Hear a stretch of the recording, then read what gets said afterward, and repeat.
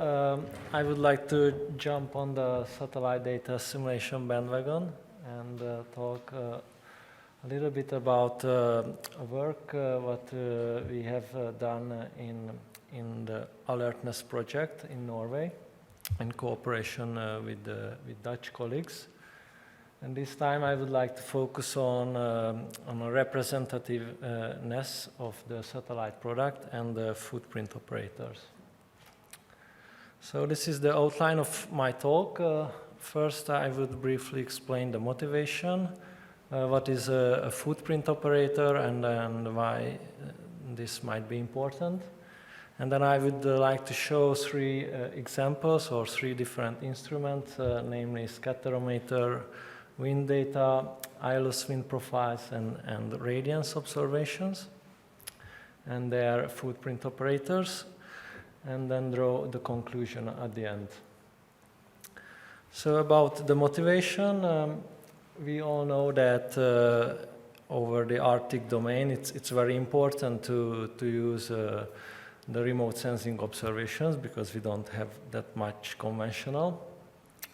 And we would like to improve the use of existing satellite products in our AROME-Arctic model. And in the default or in the operational assimilation system, we use both conventional and remote sensing data as point observations, which is fairly good for conventional, but not that optimal for remote sensing data, especially when we are running a high resolution NWP simulation. So in this case, it might be important to take into account the footprint of the remote sensing instrument. And this is what actually the footprint operator does. It does averaging in model space in order to represent the footprint of the satellite data. So, as I mentioned, this work has been done in the ALERTNESS project in Norway. It was funded by the Norwegian Research Council. So let's move to the first instrument, a scatterometer ocean surface wind. And on this slide, I would like to show you and compare the model we have and the data. So you can see, I have no pointer, yeah.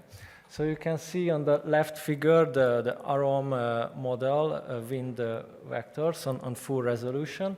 And you can just visually compare with the scatterometer data on the right.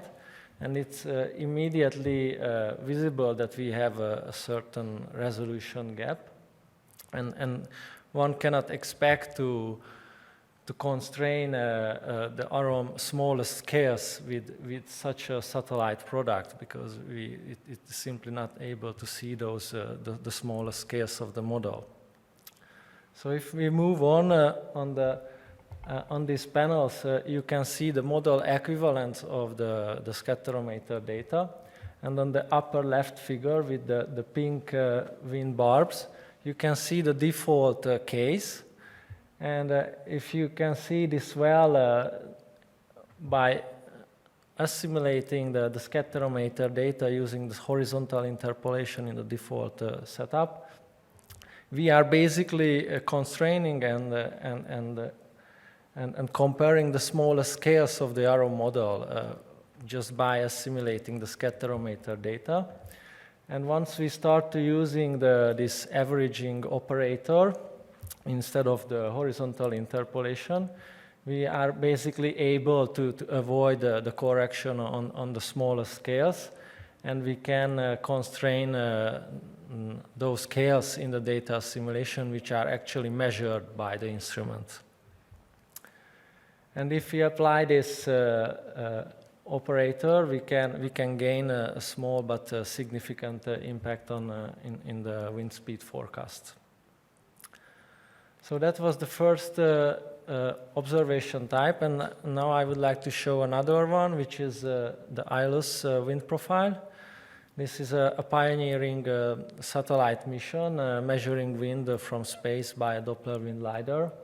And the mission driver, really clear winds, has quite large footprint size, almost 90 kilometer. And it obviously extends over many grid points of the high-resolution AROME model. And you can again compare the model wind vectors and the observations in the middle figure. So as you can see, we have a quite large resolution gap between the data and the model. So we developed a footprint operator which computes the footprints along the satellite track, similarly what happens in the observation processing. And we apply this in our AROME model. And I don't want to go too much into the details, just to highlight one lesson, what we learned during the use of this Aeolus footprint operator. So this is a pioneering instrument, and we have to keep in mind that the Aeolus has a high noise level. So observation error is around 4 or 5 meters per second. And we had to learn that this kind of footprint operator works efficiently when the variability in the model field is comparable or even larger than the observation error. So that was the case, for example, for scatterometer, but this is not the case for Aeolus. And you can see here a polar law case study where I just would like to show that around the polar low area we have actually that 4 or 5 meters per second variability in this roughly 90 kilometer segment, but elsewhere we have much lower variability in this footprint size. So let's move on to radiance observations. Same problem. By default, we have just a point information from the model during the data assimilation procedure. This is on the left. And when we start using a footprint operator, this is what you can see on the right, we can immediately get a better description of the model processes. And this is emissivity on this figure. And what we can see further here that, for example, in this area highlighted below, we have not much variability in the model field, so it's quite homogeneous inside the footprint area, so we cannot expect a huge benefit of running a footprint operator here. But in another location, we can see that the heterogeneity in the sub-footprint area is quite large. So even we have sea ice, open sea, and land in just one footprint area. So at this particular location, we can expect the added value of the footprint representation or the footprint operator. And just another highlight of a polar law that we can see really areas just by using this operator where the model variability is much higher, and this is where we can expect that the footprint operator can have the benefit.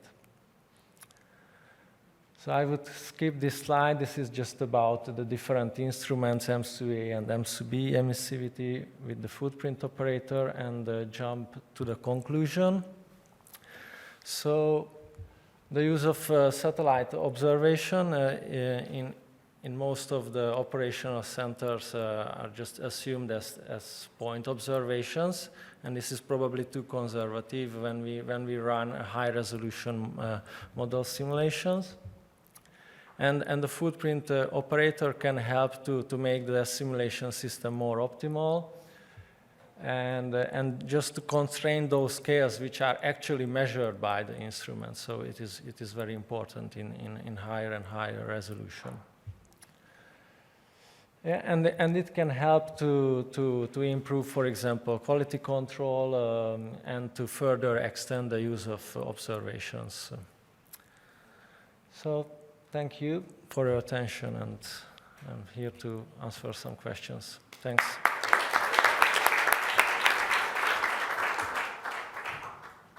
So, questions for Máté? That's it. I have a question. We heard earlier today, not least from Peter, about high-resolution digital twins.